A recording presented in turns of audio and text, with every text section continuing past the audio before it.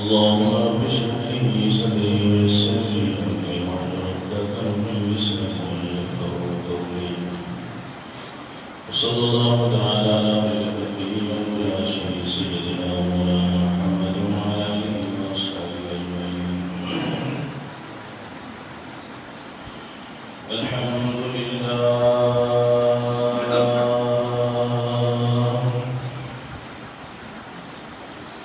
الحمد لله نحمده ونستعينه ونستغفره ونؤمن به ونتوكل عليه ونعوذ بالله من شرور أنفسنا ومن سيئات أعمالنا.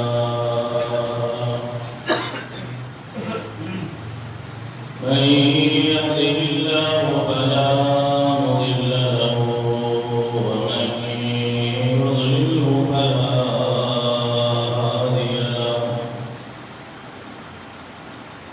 ونشهد أن لا إله إلا الله وحده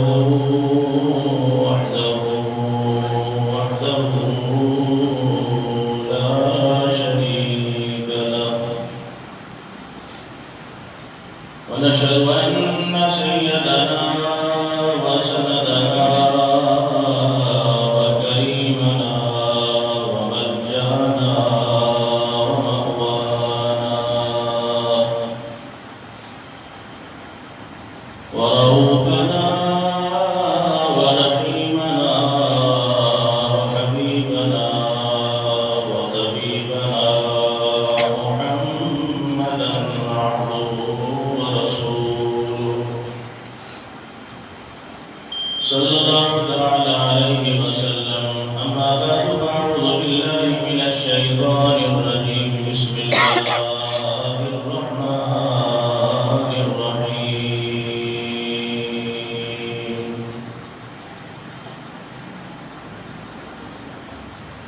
ولا تحسبن الذين قتلوا في سبيل الله أمواتا بل أحياء عند ربهم يرزقون.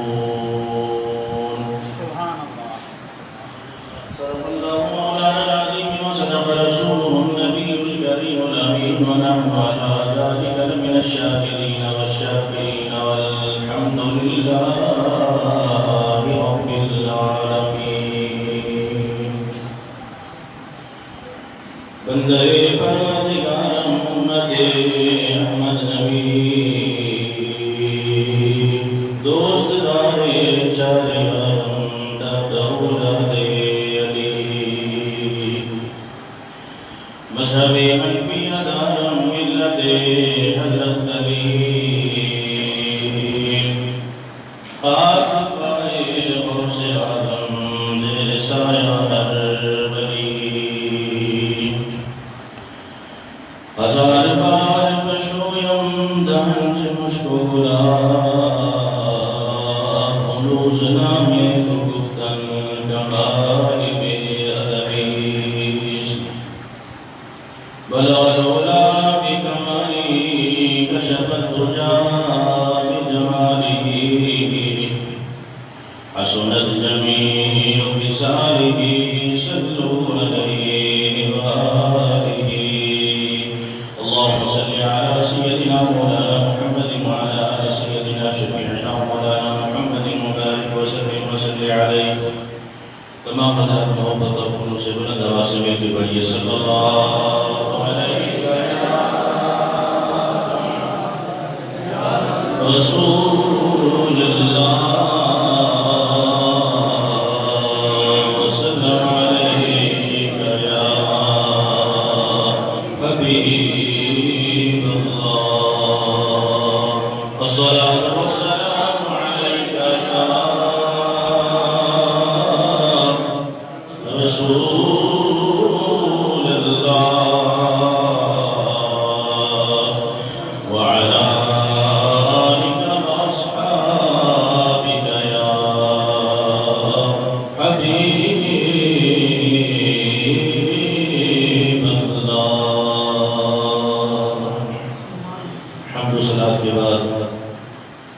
پیارے بزرگ اور دوستو، اس ناچیز نے قرآن مقدس سے آیت کریمہ تلاوت کی، دعا فرمائے اللہ تبارک و تعالی مجھے حق دینے، آپ کو حق سننے، مجھے اور آپ کو حق پر عمل کرنے کی توفیق عطا فرمائے۔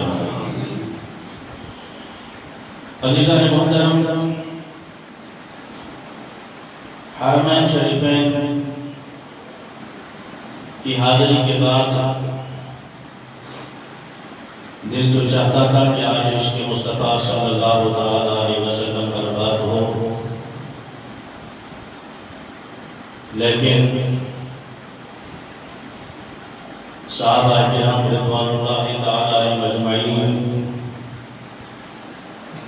جنہوں نے اپنا سب کچھ اسلام اور بانی اسلام کے لیے قربان کر دیا،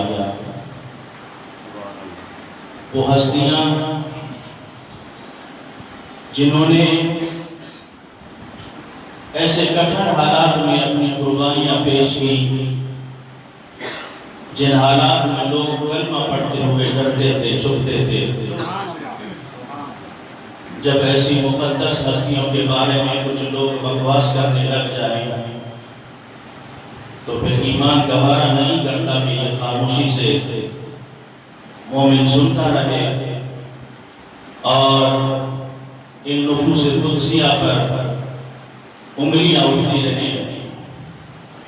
ہم بھرپور مصبت کرتے ہیں وزیر اعظم کے اس بیان کی کہ جنہوں نے 313 صحابہ کرام رضوان اللہ تعالی علیہ اجمعین اور وہ مقدس ہستیاں جنہوں نے جنگ احد میں اپنی جانوں کے نذرانے پیش کیے، ان کے بارے میں یہ الفاظ کہنا کہ معاذ اللہ وہ تو مال غنیمت لوٹ رہے تھے۔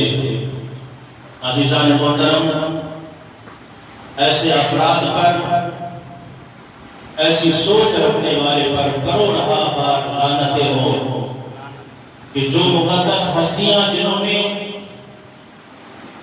ایسے حالات میں حضور اکرم صلی اللہ علیہ وسلم کا ساتھ دیا، جناب سیدنا صدیق اکبر رضی اللہ تعالیٰ عنہ جب آپ کلمہ پڑھ کے مسلمان ہوتے ہیں، ابھی تھوڑی تعداد ہے، 23 24 یا 25 کی تعداد ملتی ہے صحابہ کرام کی۔ عرض کیا رسول اللہ صلی اللہ علیہ وسلم ہم کب تک چھپ کر جو ہے نا اسلام کی تبلیغ کرتے رہیں گے؟ آج آپ کھل کر اجازت دیجیے، ہم کھل کر اپنا اسلام پیش کریں اور لوگوں کے سامنے ڈٹ کے ہم اپنا اسلام بیان کریں۔ میرے آقا علیہ السلام نے ارشاد فرمایا، ابو بکر ابھی ہماری تعداد تھوڑی ہے، تھوڑا انتظار کرو، تھوڑا انتظار کرو۔ جناب صدیق اکبر رضی اللہ تعالیٰ عنہ عرض کرتے ہیں، یا رسول اللہ صلی اللہ علیہ وسلم اب ہم سے یہ حالات دیکھے نہیں جاتے۔ اب اندازہ لگائیے عزیزان محترم، جہاں کفار کی اتنی یلغار ہو، جہاں کافر ڈنکے کی چوٹ پہ بول رہا ہو کہ کون ہے جو کلمہ حق بلند کرے، ہم اس کا سر قلم کر کے رکھ دیں گے، کون ہے جو اس نبی کا ساتھ دے، ہم اس سے رشتہ داریاں ختم کر دیں گے، ہم اس سے برادری ختم کر دیں گے۔ لیکن قربان جاؤں ان ہستیوں کے عزیزان محترم، انہوں نے ڈٹ کر بتا دیا کہ ہم برادری کو قربان کر سکتے ہیں، اپنی جان قربان کر سکتے ہیں، اولاد قربان کر سکتے ہیں، لیکن دامن مصطفیٰ ہرگز نہیں چھوڑ سکتے۔ عرض کی یا رسول اللہ صلی اللہ علیہ وسلم آپ اگر اجازت دیں، حرم میں کھڑے ہو کر میں تبلیغ کرنے کو تیار ہوں۔ جناب صدیق اکبر اسلام کے پہلے وہ خطیب ہیں جنہوں نے بہت تھوڑی تعداد میں 23 24 یا 35 لوگوں کی، مسلمانوں کی تعداد میں عزیزان محترم لاکھوں کروڑوں کفار کے یلغار میں کھڑے ہو کر جناب صدیق اکبر رضی اللہ تعالیٰ عنہ نے کفار کو للکار کے بتایا، ارے ہم اگر تعداد میں بہت کم ہیں لیکن اللہ نے جو ہمیں ایمان عطا کیا ہے، ہمارا ایمان اتنا مضبوط ہے کہ ہمارے جسم کے ٹکڑے ٹکڑے بھی ہو جائے تو ہمارا کفر ہمیں کچھ نہیں کر سکتا۔ اور جناب صدیق اکبر نے پھر کھڑے ہو کر خطاب کیا، پھر حالت کیا بنتی ہے، چاروں طرف سے حملہ ہو جاتا ہے۔ جناب صدیق اکبر رضی اللہ تعالیٰ عنہ کو اتنا مارا گیا، اتنا مارا صدیق اکبر رضی اللہ تعالیٰ عنہ بے ہوش ہو کر زمین پہ گر جاتے ہیں۔ عزیزان محترم گھر اٹھا کر پہنچا دیا گیا۔ جناب صدیق اکبر رضی اللہ تعالیٰ عنہ کو سارا دن ہوش نہیں آتا۔ ارے اسلام پر باتیں کرنے والوں، صحابہ کرام رضوان اللہ تعالیٰ اجمعین کی ذات پر ٹوکنے والوں، ذرا دل سے سننا، کبھی اپنے گریبان میں جھانک لیا کرو کہ ہمارے کرتوت کیا ہے، ہمارے افعال کیا ہے، ہماری سیرت کیا ہے، ہمارے کام کیا ہے، تو پھر ان نفوس قدسیہ پر کبھی اٹھانے کی جسارت کرنا۔ جناب صدیق اکبر رضی اللہ تعالیٰ عنہ کو بے ہوشی کی حالت میں گھر لایا گیا۔ سارا دن ماں پٹیاں رکھ کر بیٹے کو ہوش میں لانے کی کوشش کر رہی ہے۔ عزیز و اقارب آ جاتے ہیں، اے صدیق اکبر کی ماں، اے ابو بکر کی ماں، ہم جب یہ صدیق ہوش میں آ جائیں گے، ہم اس بات کی قسم کھاتے ہیں، ہم اپنے قبیلے والے محمد سے یعنی اپنے قبیلے والوں سے ضرور بدلہ لیں گے جنہوں نے اس پر حملہ کیا ہے۔ سب نے یک جمع ہو کر کہا کہ ہم ضرور بدلہ لیں گے۔ اب وہ سارے کفر والے تھے، کافر ہو کر، کیونکہ صدیق اکبر اپنی برادری کا بندہ تھا، قبیلے کا بندہ تھا، یہاں ماں ہوش میں لانے کی کوشش کر رہی ہے۔ سارا دن گزر جاتا ہے۔ شام کو جب جناب صدیق اکبر رضی اللہ تعالیٰ آنکھیں کھلتے ہیں، صدیق اکبر کا جو پہلا جملہ تھا، عزیزان محترم ذرا دل کھول کے کان کھول کے سننا، دلوں پہ ہاتھ رکھ کے سننا۔ جناب صدیق اکبر رضی اللہ تعالیٰ عنہ کا جو پہلا جملہ تھا، فرمایا بتاؤ رسول اللہ کیسے ہیں؟ ساری باتیں قبیلہ سامنے بیٹھا ہے، خاندان سامنے بیٹھا ہے، وہ بدلہ لینے کو تیار ہے۔ انہوں نے کہا شاید یہ سمجھا کہ ابو بکر نے اتنی مار کھا لی ہے، اتنے زخم کھا لیے ہیں، اب ابو بکر کہیں گے کہ میرا اسلام سے کوئی تعلق نہیں ہے، میرا نبی سے کوئی تعلق نہیں۔ انہیں معلوم نہ تھا جو اسلام میں داخل ہو جاتا ہے، جو نبی کا دامن تھام لیتا ہے کہ محمد سے وفا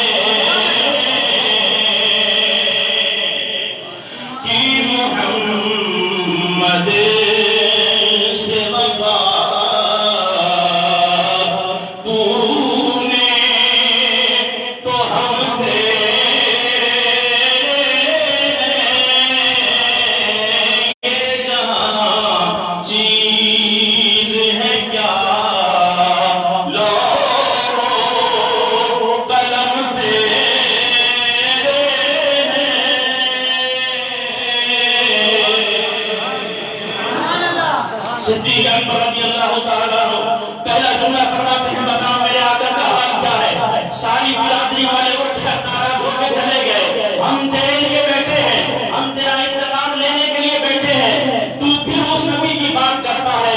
ماں نے رو کر کہا بیٹا جس نبی کے لیے تو نے اتنی مار کھائی ہے اب پھر بھی اس کا نام لے رہا ہے۔ فرمایا ماں اگر مجھ پہ احسان کرنا چاہتی ہے، اگر مجھ پہ احسان کرنا چاہتی ہے، بتا میرے نبی کیسے ہے، یہ خبر لے کر آ۔ کہا وہ بالکل صحیح ہے۔ فرمایا میں اس وقت تک یقین نہیں کروں گا جب تک اپنی آنکھوں سے نہ دیکھ لوں۔ ایک ہی میرے ساتھ اور کر، ماں اگر سارا دن میری قدم پٹی کرتی رہی ہے، مجھے پانی کے چھینٹے مارتی رہی ہے، ایک احسان مجھ پہ اور کر، میرے ہاتھوں سے پکڑ کر مجھے رسول اللہ کی بارگاہ میں لے جا، جب تک صدیق دیکھے گا نہیں اسے چین نہیں آئے گا۔ صحابہ کرام رضوان اللہ تعالیٰ عنہم کے بارے میں مال غنیمت لوٹ کا عزیزان محترم پر لگانے والوں ذرا غور سے سننا۔ جناب صدیق اکبر ہی نہیں، جتنے بھی صحابہ کرام رضوان اللہ تعالیٰ عنہم آئے، انہوں نے اپنا سب کچھ رسول اللہ صلی اللہ علیہ وسلم کا قربان کیا ہے۔ حضرت معاذ رضی اللہ تعالیٰ عنہ دو کمسن صحابہ، 12-13 سال کی عمر ہے، جنگ بدر کا مقام ہے۔ عزیزان محترم جب رسول اللہ صلی اللہ علیہ وسلم نے فرمایا آؤ صحابہ تمہارے خون کی اسلام کو ضرورت ہے، سارے حاضر ہو جاتے ہیں۔ یا رسول اللہ صلی اللہ علیہ وسلم ہماری جانیں حاضر، ہمارے مال حاضر۔ فرمایا کیا تم کفر سے لڑو گے؟ عزیزان محترم ابھی تعداد 313 ہے، ابھی تعداد 313 ہے۔ صحابہ کا جواب کیا تھا؟ یا رسول اللہ صلی اللہ علیہ وسلم ہم قوم موسیٰ کی طرح نہیں جو کہے کہ تو اور تیرا رب جا کے لڑے، ہم قوم موسیٰ کی طرح نہیں، ہم آپ کے آگے بھی لڑیں گے، ہم آپ کے پیچھے بھی لڑیں گے، ہم آپ کے دائیں بھی لڑیں گے، ہم آپ کے بائیں بھی لڑیں گے۔ حضرت معاذ اور حضرت معوذ کو کم سن صحابہ ہیں، حضور کی بارگاہ میں حاضر ہوتے، یا رسول اللہ صلی اللہ علیہ وسلم ہمیں بھی اجازت دیجیے۔ میرے آقا نے فرمایا بیٹو تمہاری ابھی عمر بہت کم ہے، تمہارے کھیلنے کودنے کی عمر ہے۔ عرض کی یا رسول اللہ صلی اللہ علیہ وسلم آپ ہمیں اجازت دیجیے، ہم بھی اس جنگ میں شامل ہونا چاہتے ہیں، ہم بھی اس جنگ میں شامل ہونا چاہتے ہیں۔ ایک دور میں جو بڑا تھا میرے آقا نے انہیں اجازت دے دی، چھوٹے کو فرمایا کہ ابھی تم چھوٹے ہو، جاؤ تم کھیلو کودو، ابھی تم چھوٹے ہو۔ عرض کی یا رسول اللہ صلی اللہ علیہ وسلم میری عمر پر نہ جائیے، میری عمر پر نہ جائیے، آپ میرے بھائی سے میری کشتی کرائیے، اگر میں جیت جاؤں تو مجھے نمبر مل جائے، اگر میں جیت جاؤں تو مجھے بھی موقع مل جائے اس جنگ میں شامل ہونے کا۔ عزیزان محترم میرے آقا علیہ السلام نے جب ان دو ننھے منھے صحابہ کا بچوں کا یہ جذبہ دیکھا، فرمایا پھر کشتی ہو جائے۔ صحابہ کرام دیکھ رہے ہیں ان بچوں کے جذبے کو۔ عزیزان محترم حضرت معاذ اور حضرت معوذ رضی اللہ تعالیٰ عنہ دونوں کم سن بھائی ایک دوسرے کو جب جھپیوں میں لیتے ہیں، باہوں میں لیتے ہیں، چھوٹا رو کے کہتا ہے بھائی جان بڑے کو، عرض کرتا ہے کہ بھائی جان تجھے تو میرے آقا نے اجازت دے دی ہے، خدا کے لیے اپنے آپ کو زمین پر لٹا دو تاکہ مجھے بھی اجازت مل جائے، تاکہ مجھے بھی اجازت مل جائے۔ صحابہ کو لوٹ مار کر کہنے والوں ذرا اپنی حیثیت دیکھ کر بات کرنا، ذرا اپنی ذات کو دیکھ کے بات کرنا کہ تمہاری حیثیت کیا ہے، تم نے ساری زندگی حرام کا مال کھایا، تم نے ساری زندگی لوٹ کھسوٹ کا مال کھایا، اور بات کرتے ہو ان نفوذ قدسیہ پر جنہوں نے سب کچھ رسول اللہ صلی اللہ علیہ وسلم پر قربان کیا۔ عزیزان محترم جب بھائی نے یہ سنا وہ فوراً گر جاتا ہے، چھوٹا بھائی اس پہ سوار ہو جاتا ہے، کھڑے ہو کر بھائی عرض کرتا ہے یا رسول اللہ اب تو مجھے اجازت دیجیے۔ جب ان کو اجازت ملتی ہے پتا ہے انہوں نے کس کو مارا؟ سب سے بڑے کافر ابو جہل لعین کو ان دونوں بھائیوں نے قتل کیا۔ نبی کی ایک سزا، سرطن سے جدا، سرطن سے جدا، نبی کی ایک سزا۔ جہاں صحابہ کرام رضوان اللہ تعالی اجمعین کے یہ جذبات ہو۔ آئیے عزیزان محترم بات کرتے ہیں جنگ احد کی، جس کے بارے میں تم کہہ رہے ہو کہ مال غنیمت لوٹنے چلے گئے۔ ارے تمہیں کیا معلوم کہ یہ کون سی ہستیاں یہاں پہ شامل ہیں؟ حضرت عمر بن جموح رضی اللہ تعالیٰ عنہ وہ صحابی رسول جو پاؤں سے معذور تھے اور ایسی حالت میں معذور تھے کہ جن کا چلنا مشکل تھا، رسول اللہ صلی اللہ علیہ وسلم کی بارگاہ میں حاضر ہو گئے۔ یا رسول اللہ صلی اللہ علیہ وسلم مجھے بھی اس جنگ میں جانے کی اجازت دی جائے۔ میرے آقا نے فرمایا اے عمر بن جموح تمہاری حالت ایسی ہے کہ تم چل نہیں سکتے، پھر جنگ کیسے لڑو گے؟ میرے آقا علیہ السلام نے جب یہ کہا حضرت عمر بن جموح نے کہا یا رسول اللہ صلی اللہ علیہ وسلم کیا پاؤں سے معذور شخص جنت میں نہیں جا سکتے؟ کیا پاؤں سے معذور شخص جنت میں نہیں جائے گا؟ مجھے جنت میں جانے کی تمنا ہے، یا رسول اللہ صلی اللہ علیہ وسلم مجھے اجازت دیجیے۔ عزیزان محترم صرف یہی نہیں، حضرت عمر بن جموح رضی اللہ تعالیٰ عنہ وہ صحابی رسول کہ جن کے چاروں بیٹے بھی اس جنگ کے عہد میں شریک ہیں، وہ کہتے ہیں بابا جان جب ہم لڑ رہے ہیں اسلام کی آبیاری کے لیے آپ کی ضرورت نہیں ہے، فرمایا بیٹو تم اپنے الفاظ اپنے پاس رکھو، میں رسول اللہ صلی اللہ علیہ وسلم کے دین کی آبیاری کے لیے اپنی قربانیاں دینا چاہتا ہوں۔ عزیزان محترم جناب حضرت عمر بن جموح رضی اللہ تعالیٰ عنہ کہ جب میرے آقا علیہ السلام نے جنگ کی اجازت دے دی، اب ان کے جذبات دیکھیے۔ عزیزان محترم حضرت عمر بن جموح رضی اللہ تعالیٰ عنہ پھر رو کر دعا کرتے ہیں میرے مولا مجھے ناکام مت لوٹانا، عمر بن جموح کی وہاں سے لاش آئے میں زندہ واپس نہیں آنا چاہتا۔ میرے آقا علیہ السلام کے صحابہ کو پڑھنے والوں ذرا دھیان سے سنو، یہ وہ نفوذ قدسیہ ہے جو اخلاص کے ساتھ اسلام کے لیے قربانیاں پیش کرتے رہے۔ حضرت عمر بن جموح ہی نہیں، حضرت عبداللہ بن جہش رضی اللہ تعالیٰ عنہ، حضرت سعد بن ابی وقاص رضی اللہ تعالیٰ عنہ وہ صحابی رسول ہیں جب جنگ زوروں پر ہونے لگی یہ دونوں میدان سے الگ ہو کر کہتے ہیں کہ آؤ سعد بن ابی وقاص مل کر دعا کرتے ہیں، تم میری دعا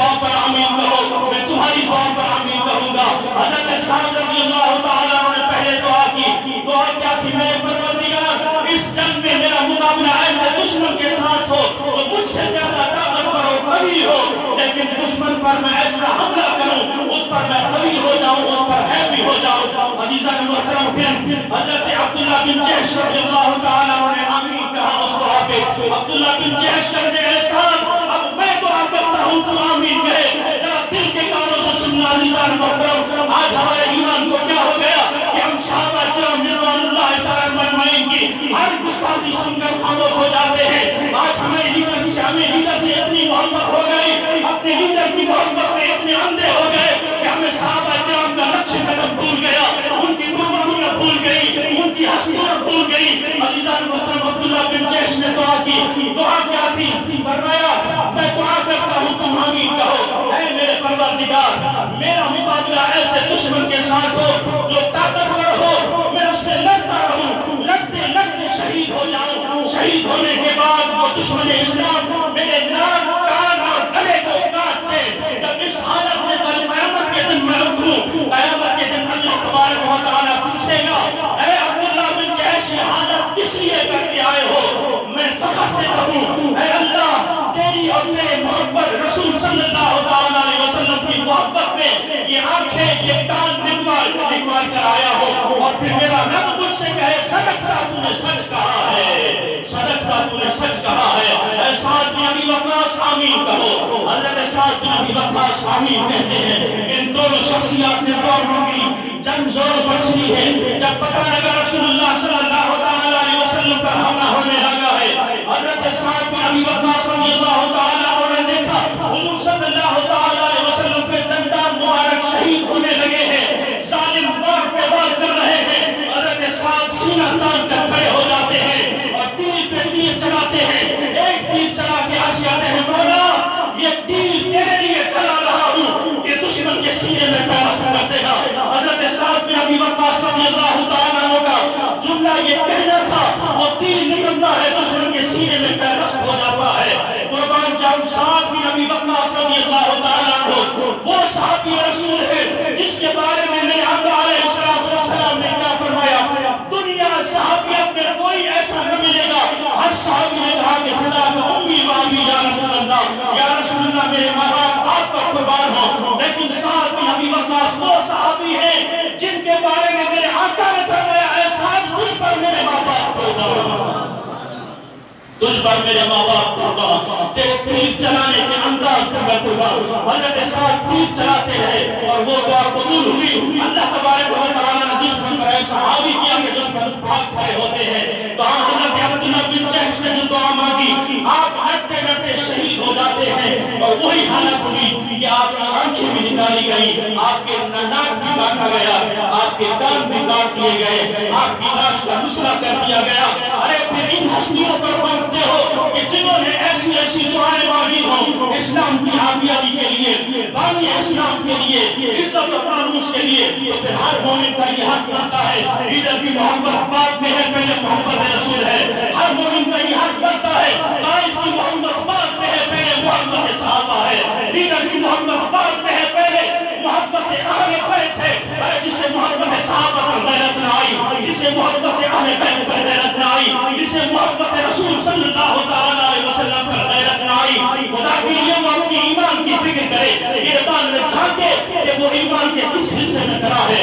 اللہ تبارک و تعالی ہمیں صحابہ کرام رضوان اللہ تعالی مجمعین سے دل عقیدت اور محبت نصیب فرمائے اور ان کے نقش قدم پر چلنے کی توفیق عطا فرمائے۔ وآخر دعوانا الحمدللہ رب العالمین۔ جن حضرات نے سنت طریقے سنت